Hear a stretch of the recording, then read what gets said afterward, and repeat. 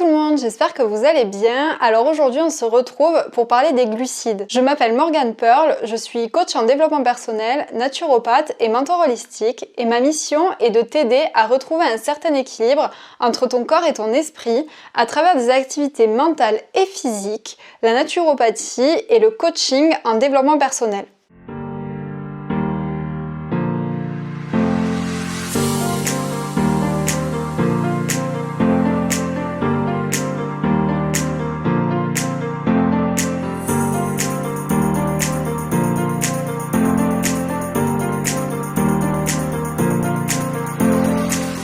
Donc aujourd'hui, on se retrouve pour parler des glucides.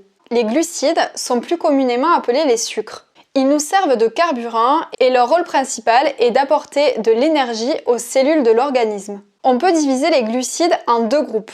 Il y aura les glucides simples et les glucides complexes. Les glucides simples sont composés de petites molécules, ils ont une saveur très sucrée et on les retrouve dans le sucre raffiné, le miel, les fruits ou encore les biscuits industriels où du sucre est ajouté en grande quantité. Le lactose, qui est le sucre du lait présent dans les produits laitiers, fait aussi partie de ces glucides simples. Ensuite, les glucides complexes sont constitués de molécules plus grosses et plus complexes. Ils ont une saveur moins sucrée et on les retrouve notamment sous forme d'amidon ou de fibres, comme dans le pain, les pâtes, les pommes de terre, les céréales ou encore les légumineuses. On entend très souvent dire que les glucides simples sont des sucres rapides et que les glucides complexes sont des sucres lents. Mais ce n'est pas si simple. C'est la notion d'indice glycémique qui va nous dire si le sucre est dit lent ou rapide. L'indice glycémique, c'est ce qui va nous permettre de comparer la capacité des aliments à augmenter notre taux de sucre dans le sang. Il indique à quelle vitesse le glucose présent dans un aliment se retrouve dans notre sang. Donc plus l'indice glycémique de l'aliment est élevé,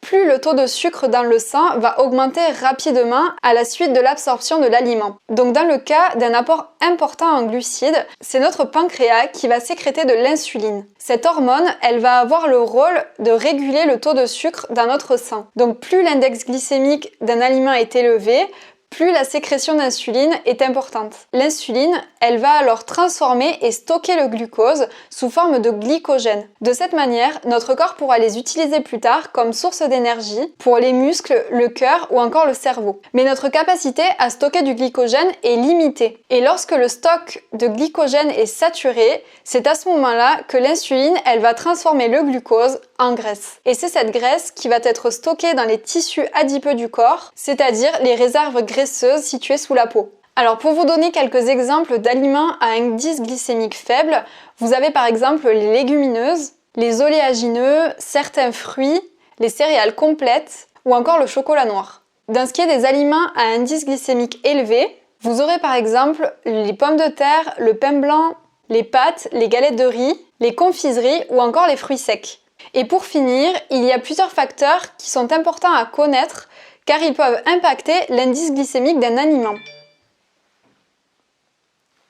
Et pour finir, il faut savoir qu'il y a certains facteurs qui peuvent impacter l'indice glycémique d'un aliment, notamment la cuisson, puisque plus un aliment est cuit, plus son indice glycémique augmente. Deuxièmement, il y a la présence de fibres, puisque ces fibres réduisent l'index glycémique d'un aliment. C'est pourquoi on privilégie des céréales complètes qui contiennent plus de fibres que des céréales raffinées, comme le riz complet plutôt que du riz blanc, ou alors par exemple les fruits entiers plutôt que le jus de fruits, puisque le jus de fruits ne contient plus les fibres qui étaient présentes dans le fruit à la base. Troisièmement, c'est le degré de transformation de l'aliment qu'il faut prendre en compte. Plus l'aliment subit transformation, plus son index glycémique est élevé. Et pour finir, ce qu'il faut prendre en compte, c'est l'association des aliments entre eux. Par exemple, la présence de lipides et de protéines dans un repas permet de diminuer la vitesse d'absorption des glucides et donc l'index glycémique du repas. Donc voilà pour ce qui est des glucides, j'espère que vous aurez appris de nouvelles choses dans cette vidéo. N'oubliez pas de cliquer sur le petit bouton j'aime juste en dessous, ça m'encourage toujours dans mon travail et n'hésitez pas à vous abonner à ma chaîne pour suivre les prochaines vidéos qui sortiront.